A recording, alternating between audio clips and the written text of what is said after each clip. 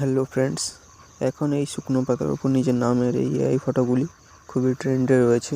এগুলি তোমরা চাইলে নিজের অ্যান্ড্রয়েড মোবাইলের মাধ্যমে খুবই সহজেই এডিট করে নিতে পারবে।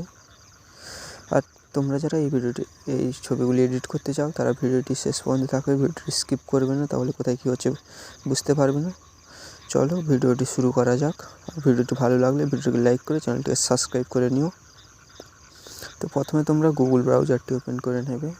এরপর এখানে সার্চ করে নেবে বিং এআই ইমেজ জেনারেটর লিখে সার্চ করে নেবে। এরপর সে প্রথম ওয়েবসাইটটা আসবে, ওখানে যাবে।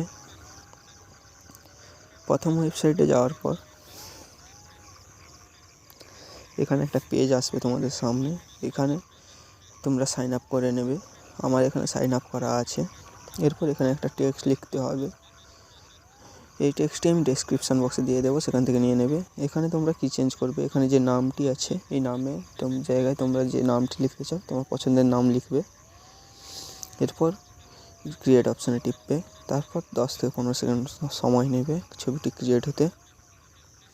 আর ছবিটি যতক্ষণে ক্রিয়েট হচ্ছে তোমরা ততক্ষণে ভিডিওটি লাইক করে যারা চ্যানেলে নতুন তারা চ্যানেলটিকে সাবস্ক্রাইব করে নিও। আর পারলে তোমাদের বন্ধুদের সঙ্গে ভিডিওটি শেয়ার করে দিও। তো আমাদের ছবি চলে এসেছে। এরপর যে কোনো একটা ছবির ওপর ক্লিক করবে।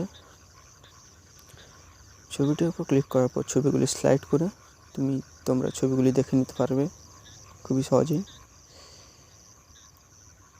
ছবিগুলি স্লাইড করে ছবিগুলি দেখে নেবে।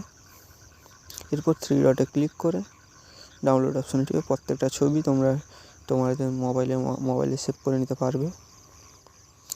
এখান থেকে ডাইরেক্ট তোমার মোবাইলেই ছবিগুলি সেভ হবে গ্যালারিতে, কোনো অসুবিধা নেই। এরপর এখানে তোমরা ম্যাপেল যে প্রথমে অপশানটা দেখতে পাচ্ছ এটা চেঞ্জ করে তোমরা ড্রাই করতে পারো। ম্যাপেল করতে পারো, আবার ড্রাইও করতে পারো। এখানে একবার ড্রাই করে তোমাদের দেখিয়ে দিচ্ছি। ড্রাই করা হয়ে গেলে আবার ক্রিয়েট অপশানে টিপবে। ঠিক একইভাবেই আবার 10 থেকে 15 সেকেন্ড সময় নেবে।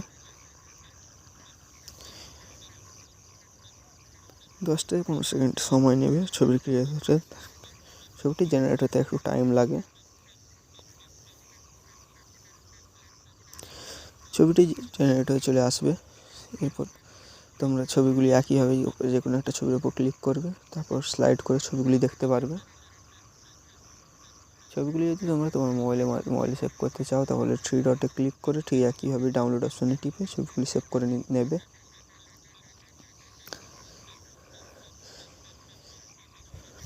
ছবিগুলি ডাউনলোড করা হয়ে গেলে এখান থেকে ব্যাক করে দেবে। তারপর তোমরা চাইলেই আবার ক্রিয়েট অপশানে টিপে আবার ছবি জেনারেট করতে পারো।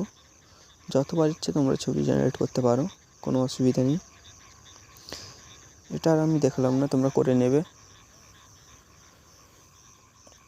তো আজকের মতো আমার ভিডিও এখানেই শেষ। তোমরা পারলে ভিডিওটিকে লাইক করে যারা চ্যানেলে নতুন তারা চ্যানেলটি সাবস্ক্রাইব করে নিও। আর পারলে বন্ধুদের সঙ্গে ভিডিওটি শেয়ার করে দিও।